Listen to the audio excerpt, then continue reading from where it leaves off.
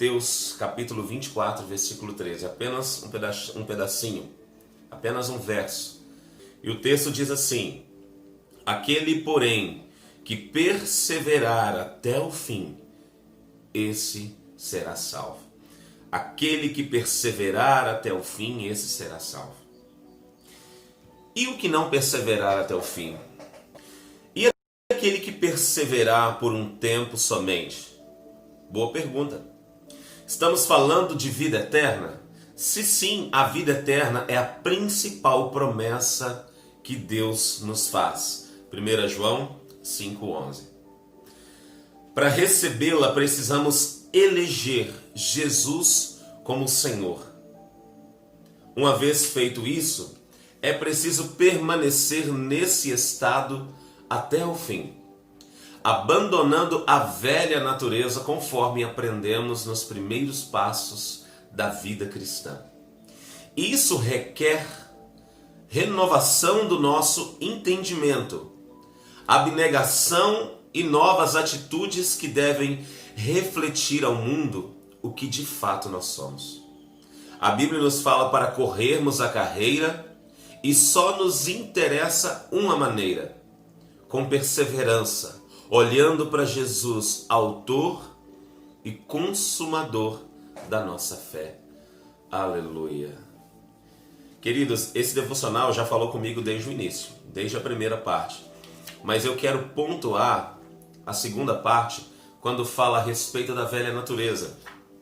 Ele, depois da citação bíblica de 1 João 5,11, ele diz: para recebê-la, a vida eterna, eu preciso eleger Jesus como Senhor. De fato, nós sabemos pela palavra de Deus que foi o Senhor quem nos escolheu e não nós. Mas depois que o Senhor nos escolhe e Ele nos envia o Espírito Santo para morar em nós, nós precisamos eleger sobre todas as coisas da nossa vida, sobre toda a preocupação que nós vivemos, nós precisamos decidir colocar o Senhor acima de todas essas coisas, no topo mesmo, no trono do nosso coração. Eu cresci dentro da igreja ouvindo frases como: nós temos dentro de nós dois lobos, né? Quem é o que vive? Quem é o que ganha essa luta? Aquele que você alimenta. Ou que nós temos no nosso coração dois tronos, e na verdade um trono, mas nesse trono só pode sentar uma das pessoas, ou você ou Cristo.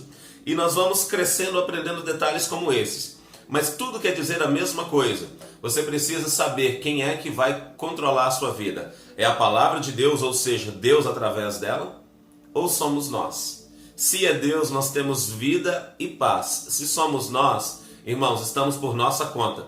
E a Bíblia diz que o mundo jaz no maligno. Nós podemos, talvez por um pouco de conhecimento, de prática ou de sorte, ir até um pouco mais adiante. Mas normalmente nós vamos cair no buraco, nós vamos quebrar a cara. Cedo ou tarde algo vai acontecer. Mas quando o Senhor Jesus cuida das nossas vidas, mesmo que haja obstáculos poderosos, terríveis, mesmo que haja dificuldades, o Senhor sempre está conosco. Porque se Ele não vigiar a casa, em vão nós vigiamos, ou em vão trabalha o sentinela. Se Ele não constrói, se Ele não abençoa, se Ele não protege, tudo que nós fazemos se torna em vão. Na verdade, a vida não faz sentido algum, porque é Ele quem dá sentido à nossa vida. Mas olha a continuação do texto. Uma vez feito isso, é preciso permanecer nesse estado até o fim. Ou seja, porfiai por andar no caminho estreito, porque larga e espaçosa é a estrada, ou o caminho que conduz à perdição. É muito fácil eu continuar a minha caminhada sem me preocupar com muita coisa, achando que está tudo bem. Eu sei que eu estou no caminho, mas eu não estou no caminho, eu estou num caminho. E nós podemos nos enganar andando por este caminho? Sim, irmãos, podemos nos enganar. A palavra do Senhor diz que muitas pessoas se enganarão tanto andando por esse caminho, que quando chegar lá no final, no dia em que o Senhor estiver diante de todos nós no julgamento, algumas pessoas vão achar que estão prontas para entrar nos portões celestiais. E o Senhor vai dizer: apartai-vos de mim, porque eu não vos conheço. E a Bíblia diz que essas pessoas dirão assim: mas Senhor, Nós fizemos milagres em seu nome, nós curamos enfermos, nós ressuscitamos, nós expulsamos demônio, eles obedeceram a nossa voz. E Jesus vai dizer: apartai-vos de mim, porque eu não vos conheço. Irmão, conhecer tem a ver com relacionamento. E relacionamento é quando duas pessoas entendem o que a outra gosta. O Senhor nos entende, nos amou e nos deu o que nós não merecemos. Agora, da nossa parte, nós precisamos olhar para Ele. Como Deus, é um relacionamento de filho com pai, mas também de servo com um Senhor que resgatou.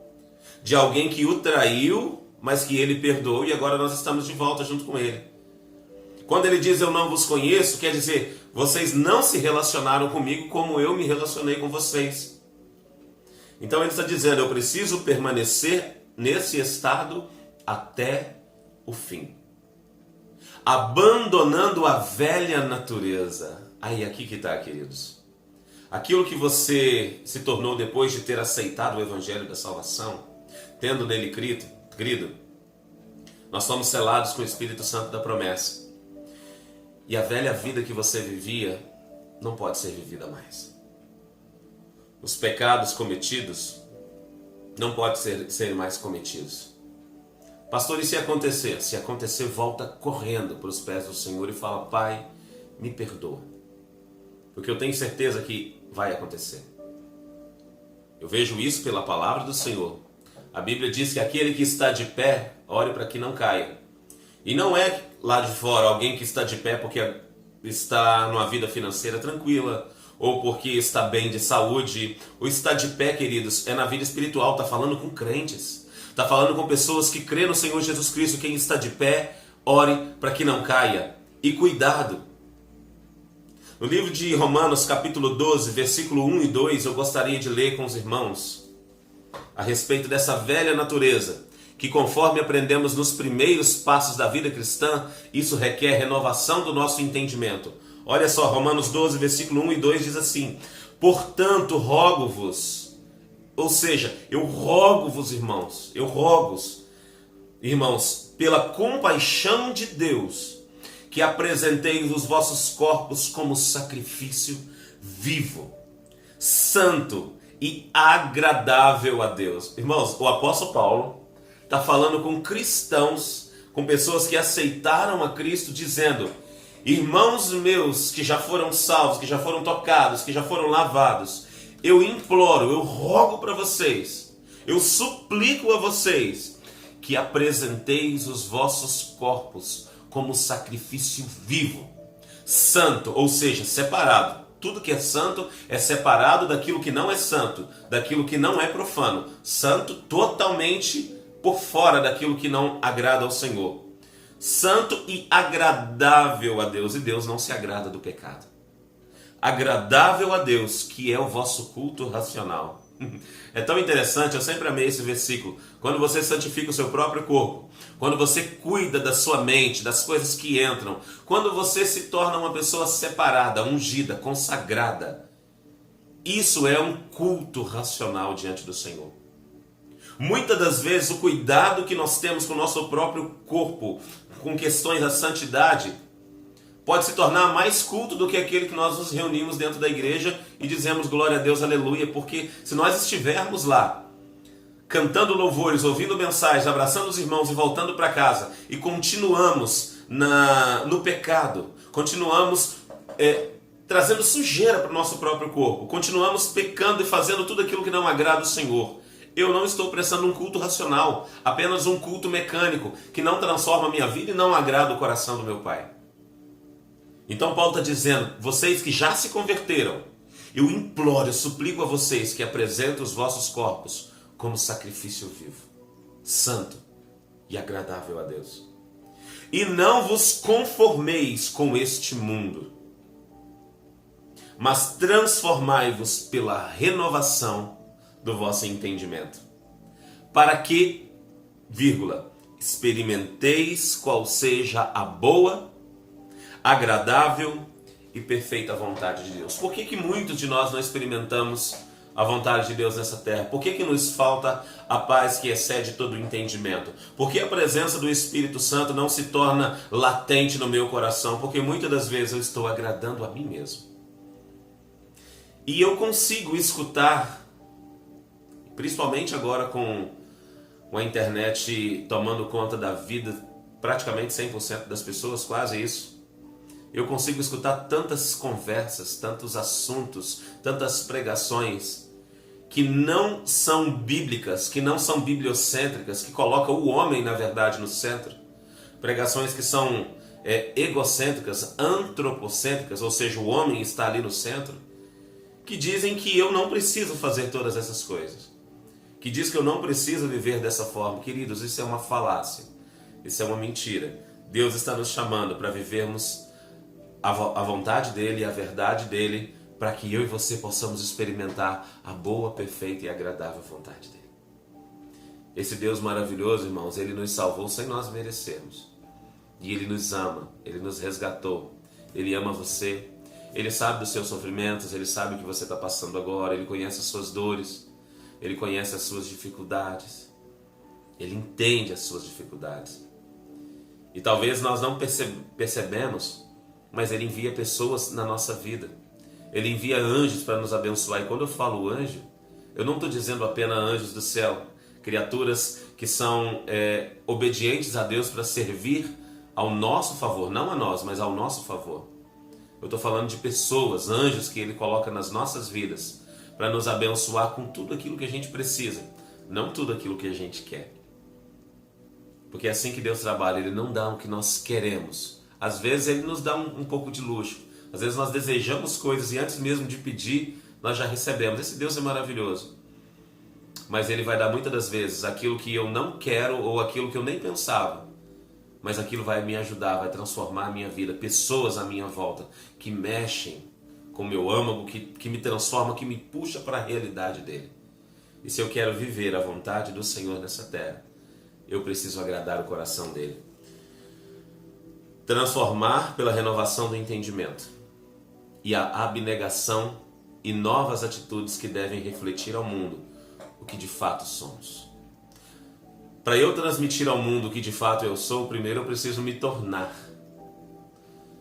Bom dia, Maicon Granin, Deus te abençoe, meu querido. Primeiro eu preciso me tornar alguma coisa. E eu me torno a partir do que o Espírito Santo entra no meu corpo, entra na minha vida, me transforma. Mas Ele me transforma primeiramente aqui dentro. E quando Ele renova aqui dentro, eu olho o que Ele transformou aqui e preciso transformar todo o restante do meu corpo. Ele me chamou à santidade, agora eu preciso viver essa santidade. Ele não vai me forçar a ser santo. Queridos, o Espírito Santo não vai pegar as minhas mãos para eu viver na santidade. Ele vai me ensinar. Ele vai transformar a minha mente. E eu preciso me transformar pela renovação da minha mente. Todos os dias que eu pego a palavra, todos os devocionais que eu participo, tudo aquilo que eu aprendo na presença do Senhor, aprendi. Glória a Deus, louvado seja o nome do Senhor.